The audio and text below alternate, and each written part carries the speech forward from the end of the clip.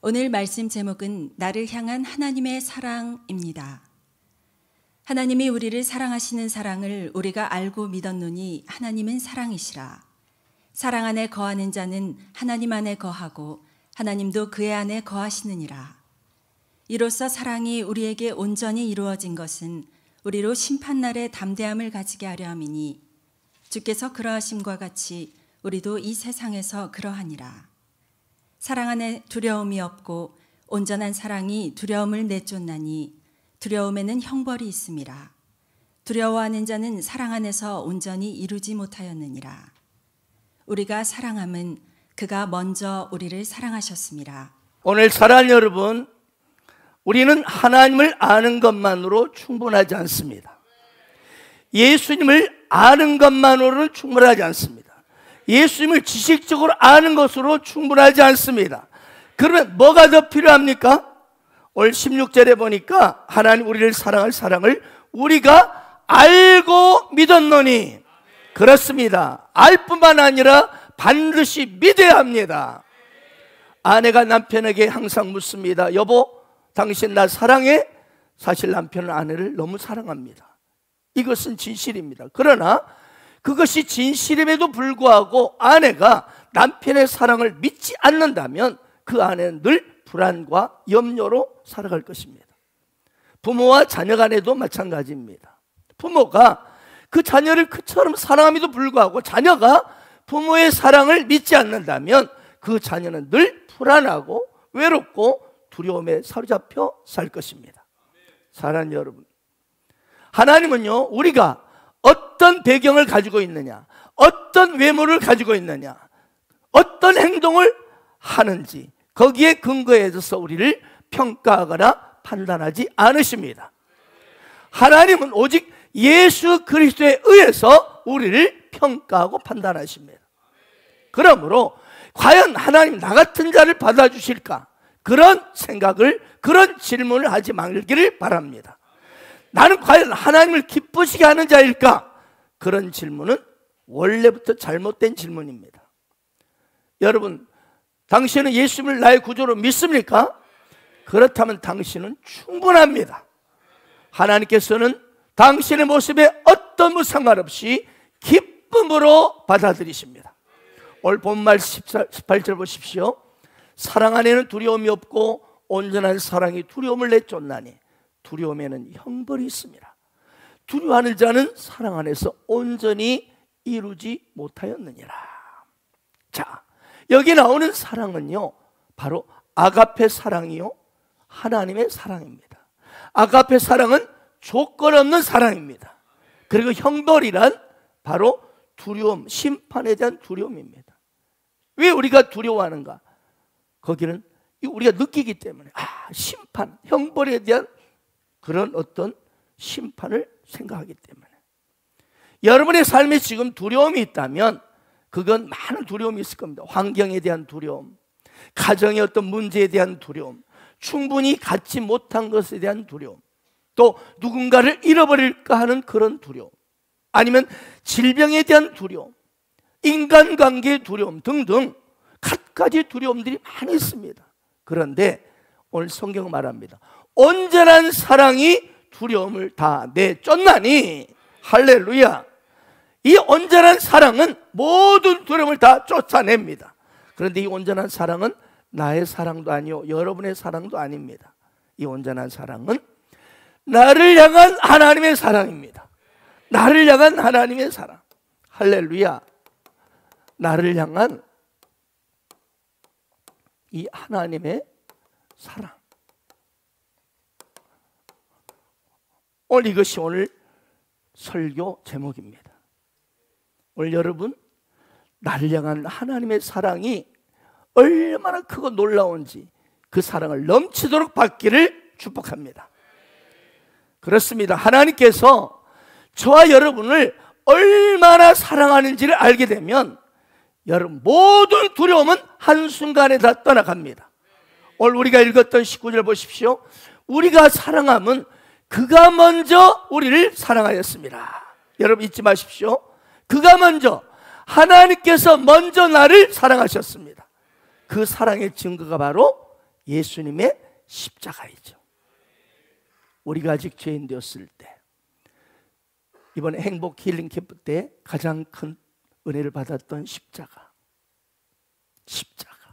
그래서 바울은 다른 것은 아무것도 알지 아니오로 작정하였다. 오직 예수 그리스도와 그가 십자가에 못 박힌 것 외에는, 할렐루야, 아무것도 알지 아니오로 작정하였으라.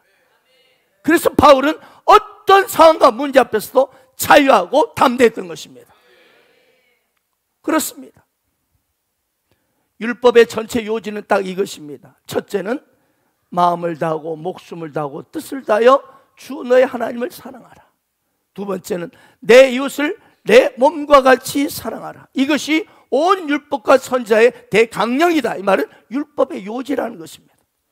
그런데 이 모세의 율법이 선포된 후 1500년 이상 하나님을 이 율법처럼 마음을 다하고 목숨을 다하고 뜻을 다하여 주 내 하나님을 사랑하는 자는 단 한 명도 없었습니다. 모세조차도 그렇게 못했습니다. 하나님은 이처럼 율법 아래에서 하나님을 그렇게 사랑할 수 있는 사람은 단 한 명도 없다는 것을 이미 잘 알고 계셨습니다. 여러분이도 묻겠습니다. 마음을 다하고 목숨을 다하고 뜻을 다해 하나님을 사랑할 수 있습니까? 예, 아멘이라고 이렇게 말할 수 있어요. 하지만 뭔가 저 깊은 속에는 찜찜함이 있습니다. 왜? 그 마음은 한결같지 않거든요. 네, 어느 누구도 그 한 사람도 그렇게 할 수 없다는 것을 하나님은 알고 계셨어요. 그래서 하나님이 하신 일이 무엇이냐? 요한복음 3장 16절, 하나님이 세상을 이처럼 사랑하사 독생자를 주셨으니 이는 그를 믿는 자마다 멸망하지 않고 영생을 얻게 하려 하심이라. 자, 이 독생자란 하나뿐인 아들이라는 뜻입니다. 하나뿐인 아들. 그렇습니다. 하나님은 우리가 마음을 다하고 목숨을 다하고 뜻을 다하여 주 너의 하나님을 그렇게 사랑할 수 없어서 그걸 아시고 하나뿐인 아들 독생자 예수를 이 땅에 보내셨습니다. 여기에 이처럼이란 말이 굉장히 중요합니다. 이처럼은 하나님의 이 사랑의 강도를 나타내 줍니다. 강도. 얼마나 큰. 할렐루야. 사랑하는 여러분, 하나님께서 나 같은 죄인을 얼마나 사랑하시는지를 깨달을 때요, 우리 역시 하나님과의 사랑에 푹 빠지게 됩니다. 구약의 다윗이 바로 그런 사람이었어요. 그가 수많은 시편을 많이 썼지만, 그런데 그 시들을 곰곰이 묵상해 보면요, 그 시편 하나하나에 다윗은 자신을 향한 하나님의 사랑을 계속 노래합니다. 나를 얼마나 그분이 사랑하시는지. 그 중에 대표적인 시가 바로 시편 23편이죠. 여호와는 나의 목자시니 내게 부족함이 없으로다. 그가 나를 푸른 풀밭에 누이시며 실 많은 물가로 인도하시는도다. 내 영혼을 소생시키시고 자기 이름을 위하여 의의 길로 인도하시는도다.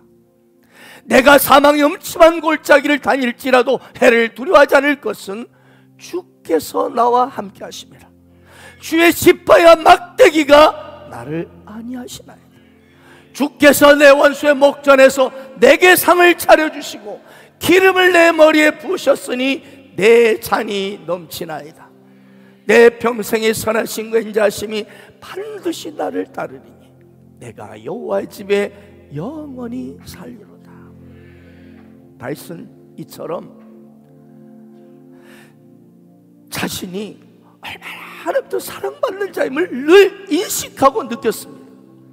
그걸 인식하고 믿으니까 진짜 너무나 큰 사랑을 어마어마한 곳에서 사망의 음침한 골짜기에서도 주의 사랑이 임하는 것을 경험했던 것입니다.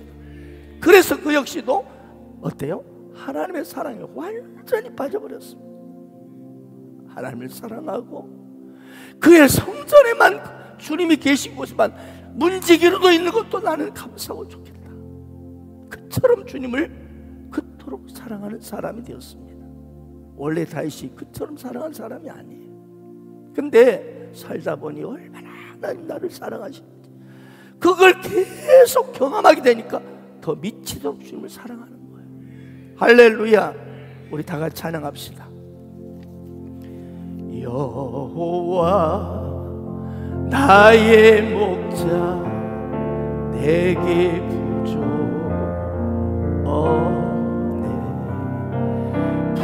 푸르른 초장 위에 나의 몸 누이시네.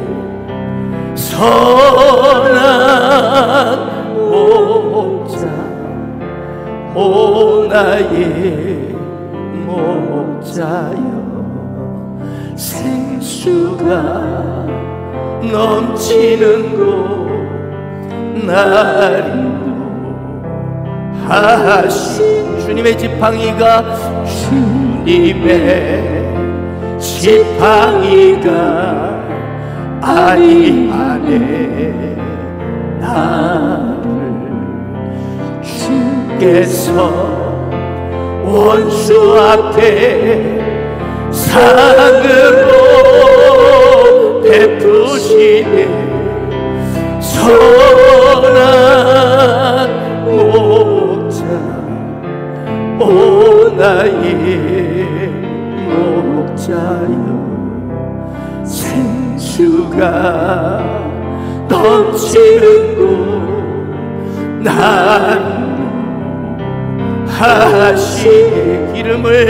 기름을 머리 위에 바르시는 주님 평생에 선하심과 인자함 따르리니 선한 목자 오 나의 목자여 생수가 넘치는 곳 나를 인도하시네. 다윗은 내가 강간하고 살인범인데 아니 하나님은 네가 내 마음에 맞는 자라는 거예요. 네가 내 마음에 맞는 자라는 거예요. 이런 말도 안 되는 놈을 사랑한다 말하고 네가 내 마음에 합한 자라고 말하는 거예요. 그러니까 어때요? 그 하나님의 엄청난 이해할 수 없는 사랑이 임하니까 여호와 하나님께 완전히 인생 올인해 버리는 거예요. 그겁니다. 다윗이 나름대로 하나님을 사랑했죠. 그러나 마음을 다하고 목숨을 뜻을 다해 그렇게 사랑하지 못했어요. 그러니까 그런 실수하고 그런 엉뚱한 짓을 했죠. 그런데도 너가 내 마음에 맞는 자라는 거예요. 네 위를 영원히 경고해 주겠다는 거. 이런 말도 안 되는 사랑을 받으니까 오직 여호와 하나님께 미쳐버린 거예요. 여호와 하나님 어떻게 이런 나를 사랑하시는가? 그래서 그는 성전에 문지기로 된 것도 좋다. 오직 주의 얼굴만을 내가 구한다. 할렐루야. 사랑하는 여러분, 그렇습니다. 하나님께서 당신을 얼마나 사랑하는지를 깨달을 때 당신도 그 사랑에 온통 빠지게 됩니다. 제 삶도 돌아보면 그래요. 내가 원래 이럴 사람이 아니라니까요. 근데 그 많은 실수와 연약함에도 불구하고 하나님은 그걸 전혀 개의치 아니하고 더 큰 사랑을 주시는 거예요. 그러니까 내가 주님께 미쳐버리죠. 주님께 내가 마음을. 할렐루야.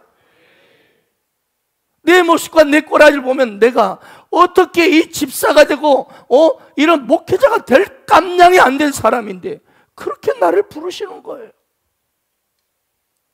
여러분 그렇습니다. 하나님께서 당신을 얼마나 사랑하는지를 깨달을 때 더욱 하나님을 사랑하게 되고 여러분의 주변 사람들도 모든 걸 품을 수 있게 됩니다. 그분이 나를 사랑하는데, 우리가 사랑하면 그가 먼저 우리를 사랑하셨습니다. 어느 쪽이 일관된 사랑입니까? 하나님을 향한 우리의 사랑입니까? 우리를 향한 하나님의 사랑입니까? 우리를 향한 하나님의 사랑. 이번 43장 행복 힐링 캠프를 통해서 정말 여러분 하나님을 향한 사랑이 엄청나게 커졌을 겁니다. 그러나 여러분 점점 시간이 가면요, 하나님을 향한 사랑은 점점 식어질 거예요. 제가 그걸 보거든요. 그러나 기억하세요. 당신을 향한 하나님의 사랑은 변함이 없다는 거예요. 그러므로 여러분의 시선, 여러분의 관심을 하나님을 향한 나의 사랑에 두지 마시고 나를 향한 하나님의 사랑에 두시기 바랍니다. 그럴 때 여러분은 더욱더 하나님의 사랑에 온통 빠지게 될 것입니다. 하나님 나 같은 죄인을 위해서, 자유와 기쁨, 영원한 행복을 위해서 하나뿐 아들 독생자를 십자가에 죽이신 사랑입니다. 많은 사람들이 교회를 떠나는 이유가 뭔 줄 아십니까? 하나님께 반항하는 것이 아니라 율법에 반항해서 떠납니다. 왜냐하면 율법은 어느 누구도 온전하게 만들 수 없기 때문에. 율법은 단지 정죄할 뿐입니다. 정죄하고 두려움을 줄 뿐입니다. 너는 심판이 있다. 율법이기 위해서는 유연성이 없어야 됩니다. 부드럽고 구부러진다, 그건 더 이상 율법이 아니에요. 목사님, 제가 하나님을 얼마나 사랑하는지를 알았으면 좀 합니다. 그렇게 말할 분이 계실지 모르겠지만, 그러나 여러분 진실로 마음을 다하여 하나님을 사랑하고 있나요? 진실로 목숨을 다하여 사랑하고 있나요? 뜻을 다하여 힘을 다하여 하나님을 사랑하고 있습니까?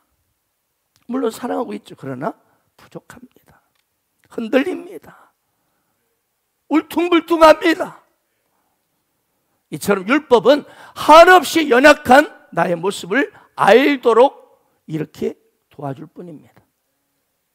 예수님이 십자가에 못 박혀 죽기 전 6월절 밤에 예수께서 성만찬을 하셨잖아요. 그때 예수님께서 제자들에게 앉혀놓고 이런 말을 하는 거예요. 너희 중에 나를 팔 놈이 나온다. 너희 중에 나를 배신할 것이다. 베드로가 있다가 예수님의 가슴에 대고 있는 요한을 바라봅니다. 여러분, 가슴은 사랑이 느껴지는 곳이죠. 요한은 이 비밀을 알고 있었어요. 요한이 쓴 요한복음 13장 23절을 보세요. 한번 읽어볼까요?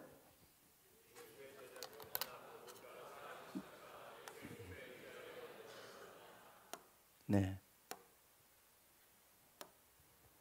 여기 보십시오. 요한이 쓴 복음입니다. 직접 요한이 쓴 복음이에요. 근데 예수의 제자 중 하나, 곧 예수님이 그가 사랑하시는 자가 예수의 품에 의지하여 누워있더라. 여기 그가 사랑하시는 자가 누굴까요? 바로 본인 요한입니다. 요한은 이처럼 주님이 나를 사랑하시는 자다. 그렇기 때문에 그 사랑을 확신했기 때문에 예수님의 품에 쏙 들어가 있는 거예요. 여러분, 그 사랑을 믿지 못하면 쏙 못 들어갑니다. 이 새끼 봐라, 이런 말 들을 수 있거든요. 근데 완전히 예수님의 사랑을 확신했기 때문에 폭 들어가는 거야. 나 다 받아주고, 왜? 저분 사랑하니까. 사실 예수님은 12명 모든 제자를 다 사랑했습니다. 그런데 이 요한은 자신을 향한 예수님의 사랑을 그 어느 제자보다도 확신했던 것입니다. 예수님 나를 너무 사랑하신다. 그래서 요한은 예수님의 품까지 쏙 들어가 있어요. 당돌하게. 그 사랑을 확신했기 때문에. 그러면서 그가 자신을 요한복음에 소개하기를 그가 사랑하시는 자, 이렇게 확신 있게 썼던 것입니다. 예수님의 성만찬 자리에는 두 종류의 성도가 있었습니다. 근데 베드로는 주님을 향한 나의 사랑을 자랑했던 사람이에요. 베드로가 말합니다.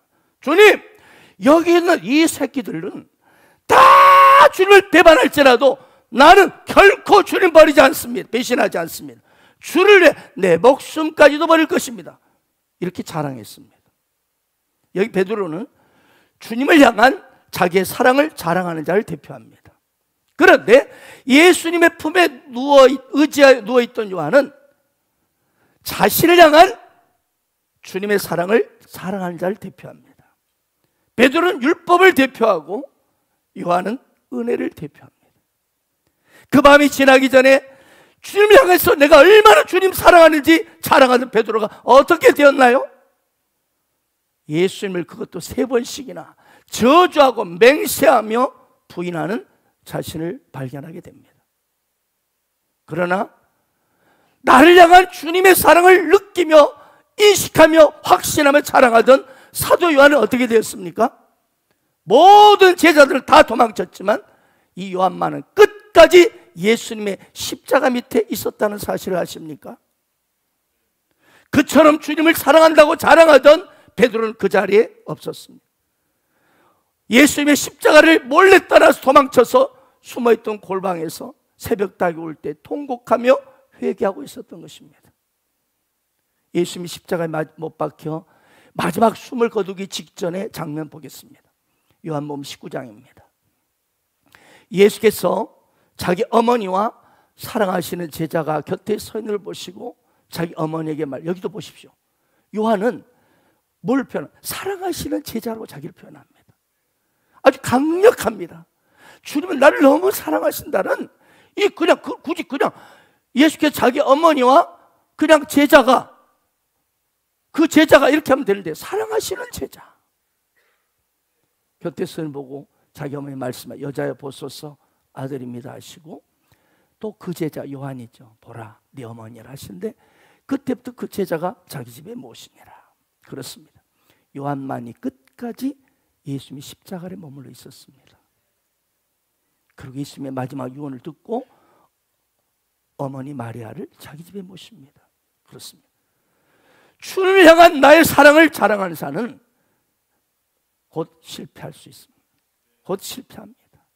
내가 주님 얼마나 사랑하는지 아시냐고. 하지만요, 나를 향한 주님의 사랑을 확신하며 그걸 인식하며 늘 사랑을 받고 사는 자는 언제나 주님께 위대하게 쓰임받는 것입니다. 위대하게. 내 환경, 상황 거기에 휘둘리지 않습니다. 어떤 사건과 기가 막힌 사건이 벌어져도 하나님 나를 사랑하는 확신이 있기 때문에 담대하게 주를 향해 나가는 것입니다. 거기에 비틀비틀하지 않는 것입니다. 사랑하는 여러분, 하나님께서 나의 죄를 용서하기 위해서 예수님을 초가 지불하신 사실을 아십니까? 무엇을 초가 지불했나요? 하나님의 사랑입니다. 아멘.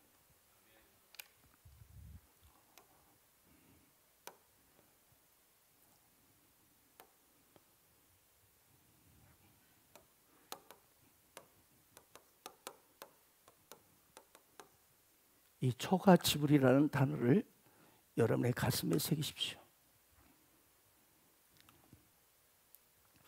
하나님께서는 저와 여러분을 사랑해서 하나뿐인 독생자 예수님을 십자가에 죽이셨습니다. 로마 병사들이 죽였지만 실은 하나님께서 모든 상황들을 만드셔서 그렇게 죽인 겁니다. 그러므로 이 하나님의 사랑, 이 십자가 사랑을 우리가 행복 힐링 캠프 때 봤지만 개인적으로 인격적으로 영접해야 합니다. 그리고 영접할 뿐만 아니라 더 나아가 오늘 요한의 고백처럼 저는 주님이 너무나 사랑하는 제자입니다. 이것을 인식하고 누리길 바랍니다. 이것은 태양이 모든 우주를 비추는 빛을 비추는 이치와 같습니다. 여러분, 태양열이 온 우주를 비치면 우리 지구상에도 봄만, 여름, 겨울, 가을 이렇게 여러 환경으로 이렇게 되지요. 그러나 그 태양열을 오직 이 볼록 렌즈에 비추어서 한 곳에 딱 모으면 뜨거운 열이 발생해서 불이 납니다. 그렇습니다. 여러분, 하나님께서 온 세상을 사랑하십니다. 하지만 특별히 그 오목렌즈를 통해서 나를 특별히 사랑하신다, 날 향한 그 특별한 사랑을 깨닫기 시작하면요, 당신의 가슴에 불이 붙습니다. 그리고 더욱 하나님을 향해 뜨겁게 사랑하는 성도가 되는 겁니다. 그리고 그 사랑을 불이 붙는 당신을 통해서 가까이 있는 당신의 아내, 남편, 자녀와 셀가족들에게 그 사랑이 흘러갑니다. 사랑하는 여러분, 먼저 그래서 우리는 하나뿐인 아들 예수님을 하나님께서 얼마나 사랑하셨는지를 알아야 합니다. 보통 여러분 물세례 받잖아요. 물세례는 그 당시 이 예수님 시대 물세례는 죄 용서받는 의식입니다. 죄인들이 죄 용서받는 의식으로 물세례를 받았습니다. 그런데 예수님께서 요단강에서 세례 요한으로부터 물세례를 받았죠. 그러면서 물 위로 올라오실 때 위로부터 하나님께서는 이 예수는 자신의 죄 때문에 세례를 받은 것이 아니라는 것을 모든 사람이 알아들을 수 있도록 음성을 들리셨습니다. 마태복음 3장 17절입니다. 하늘로부터 소리가 있어 말씀하시되 이는 내 사랑하는 아들이요 내 기뻐하는 자라 하시니라. 하나님은 아들 예수님을 지극히 사랑하셨습니다. 그런데 그 하나뿐인 아들을 여러분 우리 모두를 위해서 십자가에 내어주셨습니다. 그래서 자기 아들을 아끼지 아니하시고 우리 모든 사람을 위하여 내주시니까 어찌 그 아들과 함께 모든 것을 우리에게 주시지 아니하겠느냐. 어찌 그 아들과 함께 모든 것을 우리에게 주시지 아니하겠느냐. 여러분 믿습니까? 여기 우리 대신에 여러분 이름을 넣어서 우리 선포하겠습니다. 시작. 어찌 그 아들과 함께 모든 것을 박영에게 주시지 아니하겠느냐. 아멘. 저는 최근에 이 로마서 8장 32절 말씀 붙들고 많이 울었습니다. 깊은 회개의 눈물을 주님 앞에 드렸습니다. 그 아들과 함께 모든 것을 너에게 주시지 아니하겠느냐. 이 말씀이 계속 제 마음을 파고들었습니다. 그래서 제가 하나님께 회개했습니다. 하나님, 나를 불쌍히 여겨 주십시오. 내 안에 작은 불신이 있었음을 용서하여 주십시오. 나를 너무나 사랑하시기 때문에 하나뿐인 아들을 아끼지 아니하시고 십자가에 못 박아 죽이신 하나님, 그런 하나님인데 어찌 그 아들과 함께 모든 것을 박영아 너에게 주지 않겠느냐. 반드시 너에게 모든 것을 공급해 주겠다는 거예요. 여러분 여기 굳이 여러분 이 어찌란 말을 쓸 필요가 없어요. 그냥 모든 사람을 위하여 내주시니까 그도 함께 모든 것을 너에게 주시리라 이렇게 할 수 있잖아요. 그런데 어찌 이 말은 뭐예요? 우리가 하도 불신하니까, 하도 의심하고 안 믿으니까 어찌 그 아들 예수와 함께 모든 것이 everything, 여러분의 모든 경제 문제, 건강 문제, 미래 문제, 가정 문제 너에게 주시지 아니하겠느냐. 이게 뭐죠? 제가 국어교사 서리법이에요. 서리법. 서리법은요 강한 강조입니다. 그러니까 우리가 워낙 불안해하고 문제 터지면 의심하고 확신을 갖지 못하니까 야 이놈아 이 말이야. 우리 하나님은 야 새끼야 그러겠어요? 그러지는 않죠. 사랑하는 내 아들아, 사랑하는 내 딸아, 너를 위해서 하나뿐인 아들을 십자가에 죽인 내가 어찌 그 예수와 함께 모든 것을 너에게 주지 않겠느냐 말이에요. 하도 우리가 문제마다 사건마다 불안해하고 초조해하고 의심하니까 어찌 너에게 모든 걸 주지 않겠느냐 강하게 강조하시는 거예요. 사실 우리는 가끔 어떤 문제 앞에 상황 앞에서 떨잖아요. 부정적인 생각을 살며시 하잖아요. 과연 이게 잘 될까? 과연 나를 축복하실까? 과연 우리 가정이 온전히 주님 앞에 사용될까? 과연 성공할까? 과연 합격할까? 과연 내가 번성할까? 과연 내 사역이 잘 될까? 하나님 말씀합니다. 어찌 그 아들과 함께 모든 것을 너에게 주시지 않겠느냐? 그렇습니다. 하나님은 그 아들 예수와 함께, 여러분 그래서 예수를 믿어야 합니다. 예수 밖에 있는 자들은 해당되지 않아요. 그 아들 예수와 함께 그랬어요. 그 아들 예수와 함께, 이 말은 in Christ, 할렐루야, 그리스도 안에서 모든 것을 너에게 주겠다. 어찌 이 말은 200% 다 주겠다는 거예요. 그래서 하나님의 사랑은 초가 지불된 사랑입니다. 초가 지불된 사랑. 초가 지불.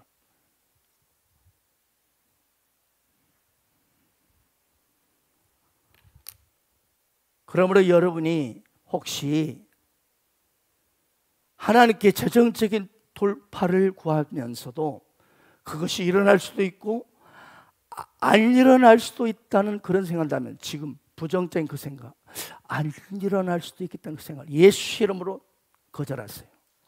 예수 이름으로 단호히 떠나갈지어다 하세요. 어찌 그 아들과 함께 너에게 모든 것을 주시지 아니하겠느냐. 그렇습니다. 하나님께서는 예수와 함께, 예수 아닌 당신에게 모든 것을 다 주십니다. 그것도 넘치도록 초가 지불하십니다. 하나님께서 여러분의 재정적인 부여를 위해서, 특별히 가난 때문에 힘들어하는 분도 있죠. 가난을 그냥 그러려니 하고 절대로 접수하지 마세요. 예수 믿는 자가 가난하다, 그 생각을 절대로 거부하세요. 왜요? 고린도후서 8장 9절 보십시오. 우리 주 예수 그리스도를 너희가 알거니와 부유하신 이로써 너희를 하여 가난하게 되심은 그의 가난으로 말미암아 너희를 부유하게 하려 하십니다. 하나님 당신의 자녀들이 빛에 쪼들리지 않기를 원하십니다. 한마디로 예수님의 십자가 사건은 하나님의 자녀된 당신과 나를 부욕해 하신 사건입니다. 그러므로 우리는 이걸 깊이 깨달아야 합니다. 여러분이 한순간이라도 하나님께 여러분의 경제적인 축복을 보류한다고 생각하신다면 그 생각을 단호히 거부하세요.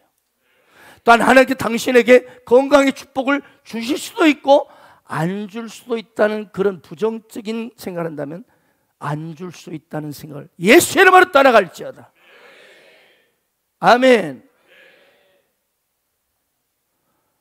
하나님은 하나뿐인 아들 예수님을 십자가에 내어 주셨다는 그 의미는요, 우리가 받을 건강, 여러분 받을 행복, 여러분 받을 어떤 재정의 축복, 직장의 축복, 사업의 축복, 자녀의 축복, 미래의 축복을 사랑하는 아들 예수보다 더 위에 놓았다는 것을 의미하는 거예요.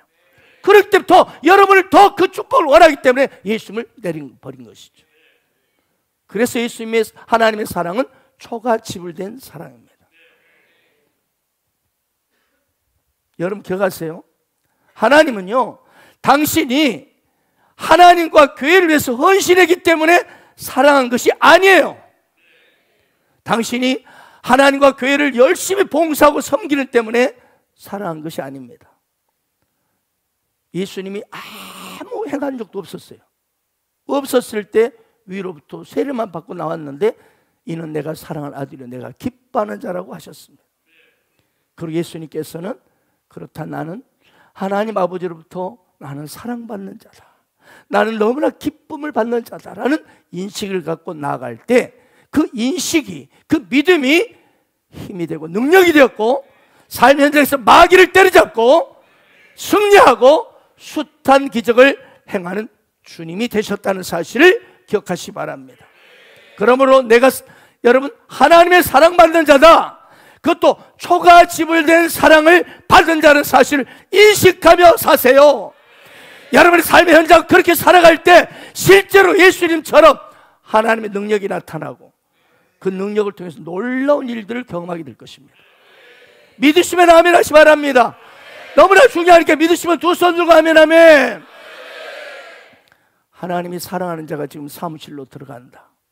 하나님이 사랑하는 자가 지금 사업을 시작했다. 하나님을 사랑하는 자가 지금 공부하고 있다. 하나님을 사랑하는 자가 지금 운전하고 있다.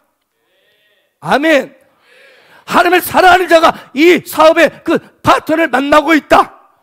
이 긍지를, 이 믿음을 가지시기 바랍니다. 당신은 누가 뭐래도 축복의 통로입니다. 왜요? 당신은 사랑받는 자이기 때문에. 예수님은 하늘로부터 이는 내 사랑하는 아들이여 내가 기뻐하는 자라는 아버지 하나님부터 인정을 받고, 바로 인정받고 어디로 갑니까? 자, 이 하나님부터 사랑을 인정받고 바로 사역하러 갔습니까? 아니에요. 광야로 끌려갑니다. 광야에서 마귀의 3가지 유혹을 받습니다. 이걸 승리하시고 드디어 사역하는 거예요. 이것이 사역자의 본질이에요. 위로부터 능력 받았다, 기름 부심 받았다, 비둘기처럼 내가 기름 부심 받았다. 기름 받은 건 절대 문제. 이 광야의 3가지 문제를 통과해야 진정한 리더가 되는 거예요. 근데 어떻게 통과했는지 보실까요? 마귀가요, 광야로 끌려갔을 때 예수님이 예수를 유혹하면서 마귀가 이 아까 그 구조를 그대로 사용했어요. 그러면서 마태복음 4장 3절 보십시오. 네가 만일 하나님의 아들이거든 명하여 이 돌들로 떡덩이가 되게 하라. 여러분, 여기서 마귀가 무슨 짓을 했는지 아십니까? 마귀가 여기서요 한 단어를 쏙 빼버렸어요. 분명 하나님 아버지께서는 내 사랑하는 아들이라고 했는데 마귀는 그냥 사랑하니는 말을 싹 빼버렸어요.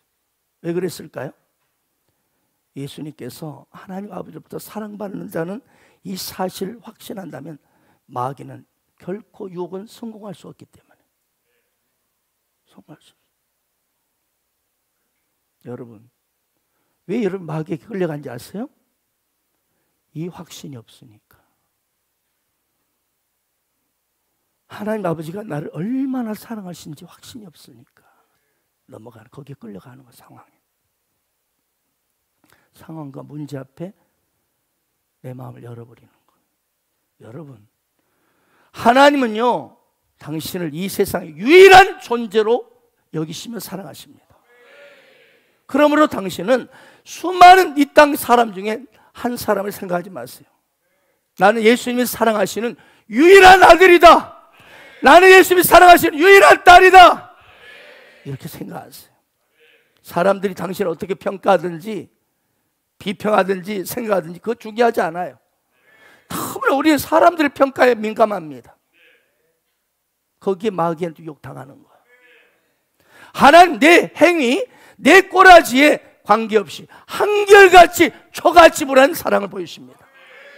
내가 선을 행했기 때문에 나를 사랑해주고 내가 나쁜 짓을 했기 때문에 사랑을 멈추는 분이 아니십니다. 내가 무엇을 하든 실수를 하든 나를 향한 하나님의 사랑은 절대로 변하지 않습니다. 우리가 이것을 깨달을 때 우리는 어디서나 하나님의 사랑을 누리며 살게 됩니다. 그리고 이 누리면서요, 하나님 내가 사랑받는 자를 라는 사실을 깨닫고 누리면 내 안에 하나님의 사랑이 더 커집니다. 막 더 커져요. 그래서 마귀의 유혹을 다 때려잡고 수많은 능력과 기적의 현장을 경험하게 되는 거예요. 골리앗 있죠, 골리앗. 여러분, 골리앗이 있습니다. 그가 든 이 창만 해도 배틀채가 됐다. 어마어마하다. 배틀채가 지금 딱 들고. 이 골리앗이 이스라엘 백성 앞에서 외쳤습니다. 나를 당할 자 나와 이놈들아! 키가 이 김병준 비교가 안 돼. 어마어마한 거예요. 나를 당할 자 있으면 나와 이놈들아! 이스라엘 그때 약관 17세 소년이 등장합니다. 바로 다윗. 아멘. 다윗이 조그만 소년이 등장합니다. 골리앗의 이름은요 무슨 뜻이냐면 벗기다 뜻이 벗겨. 사람을 벗겨 먹는 놈이다. 벗기다. 한마디로 마귀의 대표입니다. 마귀의 대표. 이 마귀는 우리 인생을 다 벗겨 먹습니다. 다 가난하게 만들고 병들게 만들고 그냥 허무하게 만들고 다 벗겨버려요. 그런데 예수님을 예표하는 다윗은 어때요? 골리앗을 단 한 번에 맷돌로 쓰러뜨려 버립니다. 다윗의 뜻은 히브리어로 사랑받다는 뜻입니다. 하나님의 사랑을 받는 자가 골리앗을 쓰러뜨렸어요. 그래서 다윗은 항상 어디서나 눈물의 골짜기에서도 나는 하나님의 사랑받는 자임을 인식했던 것입니다. 아멘, 아멘. 여러분도 매일매일 어떤 환경에 처하든지 나는 하나님의 사랑받는 자를 것을 인식하면 느끼세요. 그럴 때 그 어떻게 나를 두렵게 하고 나를 발가벗겨 먹는 이 나쁜 놈, 내 인생을 완전히 발가벗고 호포로로 삼아가는 이 마귀 한 방에 쓰러집니다. 날 향한 하나님의 사랑, 그 엄청난 십자 사랑을 매일매일 자각하고 느끼시길 축복합니다. 날 향한 하나님의 사랑은 결코 변하지 않습니다. 그러므로 늘 한결같은 그분의 사랑에 나의 시선을 고정시키고 주목하세요. 예수님은 이 땅에 오실 때 자신이 섬김을 받으러 온 것이 아니라 섬기러 왔다고 오셨습니다. 섬기러 왔다. 한 번에 예수님께 제자들을 발을 씻겼죠. 베드로가 말해요. 주여, 제 발을 감히 씻기십니까? 아이고, 수성대 주님이 내 발을 씻을 수 없습니다. 예수님 말씀한, 내가 너를 씻어주지 아니하면 너는 나와 상관이 없다. 우리 주님은 뭐예요? 우리를 발을, 우리의 연약한 더러움을 씻겨주기를 원하시고 우리의 비참한 모습을 씻겨주기를 원하시는 거예요. 주님은 우리를 섬기기를 원하셔요. 우리를 축복하기를 원하신다 이 말이에요. 마귀는 우리를 발가벗기지만, 그래 우리 주님은요 더 많이 주기를 원하십니다. 예수님 피곤해가지고 이 사마리아 우물가에 털썩 앉으셨거든요. 힘이 다 빠져가지고 막 새가 돌아요. 그때 사마리아인이 물동이를 들고 물을 기들어 왔어요. 그리고 그 여인과 이 사랑을 줍니다. 그 여인에게 사랑의 말을 하고는 어때요? 주님 그때부터 새 힘이 솟아오릅니다. 이처럼 우리 주님은 우리가 사랑을 받을 때 우리 주님은 더 힘이 나는 거예요. 더 기뻐하는 거예요. 아멘, 아멘. 우리 주님은 그처럼 저와 여러분에게 막 주시기를 원하세요. 근데 우리는 율법에 매여서 나 같은 복 받겠어? 나 같은 어젯밤에 그런 놈이 무슨 사랑을 받겠어? 마귀가 벌겨벗기고 있는 거예요. 성공한 사람이 되기 위해서 7가지 습관이 있다고 말합니다. 스티븐 코비 박사가 쓴 거죠. 성공한 사람 7가지 습관. 그런데 예수를 믿는 우리에게는 단 한 가지만이 필요합니다. 예수께서 이렇게 말씀하셨어. 너희는 먼저 그의 나라와 그의 의를 구하라. 그럼 이 모든 걸 너에게 더하시리라. 네, 그렇습니다. 하나님의 의를 구하세요. 하나님의 의. 하나님의 의가 뭡니까? 여러분, 로마서 1장 17 보십시오. 복음에는 하나님의 의가 나타나서 믿음으로 믿으리라 기록된 바 오직 이는 믿음으로 말미암아 살리라. 하나님의 의는 예수 그리스도의 십자가 복음입니다. 예수 그리스도 십자가의 복음을 믿는 자마다 모두가 의로움으로 막 흘러갑니다. 예수 그리스도의 보혈이 저와 여러분을 모든 인생을 의롭게 했음을 믿으시 바랍니다. 그러므로 하나님의 의인 복음을 먼저 여러분 복음을 알고 누리세요. 알고 누리세요. 알고 믿으세요. 그럴 때 여러분의 삶이 어마어마한 복이 흘러갑니다. 먹는 것, 마시는 것, 돈 버는 것, 건강, 미래, 모든 형통함을 먼저 하나님의 의를 구할 때 넘치도록 더하시겠다. 하나님의 사랑을 더 많이 받아 누리십시오. 주 예수의 사랑, 그 십자가 사랑을 더 많이 받고 누리십시오. 이 복음 대신 예수 그리스도, 그분의 십자가 부활의 복음을 더 가슴에 누릴 때 당신은 부유한 자가 될 것이고 모든 것을 더하시리라. 부유한 자요 강한 자가 될 것입니다. 하나님의 사랑을 더 많이 누릴수록 여러분은 수많은 기적과 능력을 행하는 자가 될 것입니다. 이 축복이 여러분의 삶에 가득하기를 축복합니다. 아멘.